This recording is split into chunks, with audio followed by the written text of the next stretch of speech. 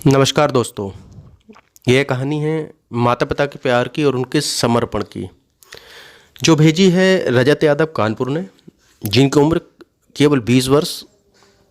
इन्हें लिखने का शौक़ भी है, गाने का शौक़ भी है, एक अच्छे सिंगर भी हैं, साथ ही उभरते हुए मॉडल भी हैं। दोस्तों, कहानी बहुत अच्छी है, अंत तक सुनिए और शुरू करते हैं रजत यादव की यह कहानी। दोस्तों, ये कहानी एक स्टूडेंट की है, एक बच्चे की है जिसका नाम अभिषेक है, जो अपने माता पिता एवं पत्नी के साथ कानपुर के एक छोटे से गांव का रहने वाला है। अभिषेक अपने माता पिता की एक इकलौती संतान है और अभिषेक के पिता गांव में ही खेती किसानी करते हैं। यही एकमात्र उनकी जीविका का साधन है। अभिषेक के पिता मेहनत मजदूरी करके बेटे को शहर के अच्छे से स्कूल में पढ़ा रहे हैं और उनकी यही हर ख्वाहिश को पूरा करने में लगे हुए हैं। 12वीं की पढ़ाई पूरी होने के बाद अभिषेक ग्रेजुएशन करना चाहते हैं, क्योंकि उसके सारे दोस्त मुंबई से ग्रेजुएशन कर रहे हैं। अभिषेक भी इसलिए मुंबई से ग्रेजुएशन करना चाहता है और उसने ये बात अपने माता पिता को बताई। पर अभिषेक के माता पिता की जो आर्थिक स्थिति थी वो इतनी कमज़ोर थी कि वे मुंबई के किसी कॉलेज में उनका एडमिशन कैसे कराएं, क्योंकि उनकी आर्थिक स्थिति इतनी ठीक नहीं थी। अभिषेक की इच्छाओं और उनके भविष्य को देखते हुए, उनके भविष्य को बेहतर करने के लिए उसकी माँ ने अपनी शादी के रखे हुए गहने गिरवी रख दिए और उनसे मिले हुए रुपयों से अभिषेक का मुंबई में एक बड़े रिनाउंड कॉलेज में एडमिशन करा दिया। अभिषेक वहीं हॉस्टल में रहकर पढ़ाई करने लगा और त्योहारों की छुट्टी में ही घर आता। किसी तरह कठिन परिस्थितियों में अभिषेक ने कॉलेज में टॉप किया और अपना ग्रेजुएशन कर लिया। फाइनल की परीक्षा करते ही उसको पास किया और जैसे ही पास किया और अभिषेक की जॉब मुंबई के एक बड़े शहर में लग गई। और वहीं रहकर वह जॉब करने लगा। साल बीतते गए। 3 साल बाद अभिषेक के माता पिता ने उसकी शादी कर दी। अब अभिषेक मुंबई में ही किराए के एक छोटे से मकान में अपना जीवन यापन करने लगा और इधर उसके माता पिता अपने गांव में खुश थे कि अभिषेक की एक बड़े शहर में जॉब है और वह खुश है। इधर अभिषेक जिस किराए के मकान में रह रहा था उसका किराया ही 10,000 रुपये था और उसकी सैलरी का 40% तो किराए में ही निकला जा रहा था। उसकी मंथली सेविंग बहुत ही कम हो पा रही थी। अब उसे चिंता सताने लगी।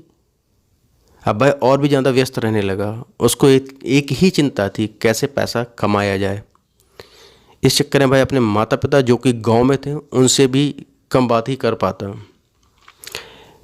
एक दिन सुबह सुबह जब अभिषेक पूजा कर रहा था, अचानक से घर की घंटी बजती है, बैल बजती है। अभिषेक की पत्नी किरण दरवाज़ा खोलती और देखती है कि सामने तो उसके ससुर जी यानी अभिषेक के पिताजी हैं। किरण उनके पैर छूकर उन्हें प्रणाम करती है, आशीर्वाद लेती है और वहीं अभिषेक अपने पापा को देखकर चिंतित हो जाता है। अभिषेक को उसके पापा आवाज़ लगाते हैं, क्या हुआ, खुश नहीं है यहाँ देखकर? अभिषेक, नहीं पापा, आपको अचानक देखा तो बस यूं ही। अभिषेक उनके पैर छूकर उन्हें अपने कमरे की ओर ले जाता है। अभिषेक को कहीं ना कहीं डर सता रहा था कि कहीं उनके पापा उनसे कोई पैसों की मदद के लिए तो नहीं आए, क्योंकि अभिषेक ने कई महीनों से अपने घर में कोई पैसा नहीं भेजा था। अभिषेक के पापा पूछते हैं, बेटा सब ठीक तो है ना, क्यों उदास दिख रहे हो? अभिषेक कहता, नहीं, ऐसा कुछ नहीं है, आई एम हैप्पी, हम लोग ठीक हैं। अभिषेक मन ही मन सोचता कि कहीं पापा ने पैसे मांग लिए तो मैं क्या बोलूँगा, कैसे पैसों का इंतज़ाम करूँगा। और फिर उसके पापा बोलते हैं, कहाँ खो गए बेटा? अभिषेक, पापा कहीं नहीं। तब अभिषेक के पापा ने कहा, बेटा मैं नहा लूँ, सफ़र से आया हूँ, थका हूँ। और वो नहाने चले जाते हैं। और इधर अभिषेक की पत्नी किरण अभिषेक से पूछती है, पापा क्यों आए हैं? कहीं उनके पैसों की कोई ज़रूरत तो नहीं है? अभिषेक कहता, पता नहीं, यही बात तो मुझे भी सता रही है। किरण बोलती, अब क्या होगा, कुछ समझ में नहीं आ रहा। इतने में अभिषेक के पापा नहाकर बाहर आ जाते हैं। किरण उनके खाने के लिए पूछती है और वे कहते हैं, बहुत दिन हो गए हैं, आज तो अपने बेटे और बहू के साथ ही खाना खाऊंगा। किरण जल्दी से खाना लगा देती है और सब मिलके खाना खाने के लिए बैठ जाते हैं। पर एक अजीब सी खामोशी एक कमरे में बनी होती है। अभिषेक के पापा गांव की बातें करने लगते हैं, गांव की कहानी, खेती के बारे में बात करने लगते हैं। पर अभिषेक और उसकी पत्नी किरण किसी और ही बारे में सोच रहे होते हैं। उन दोनों को डर था कि कहीं बात करने से पापा उनसे पैसे ना मांग लें। दोनों ही पापा को एक तरह से इग्नोर कर रहे थे। लेकिन अभिषेक के पापा का ध्यान इस ओर नहीं गया। उनका तो ध्यान सिर्फ खाने पर था, क्योंकि बहुत दिन बाद वो अभिषेक के साथ खाना खा रहे थे और अपने बेटे और बहू को देखकर खुश थे।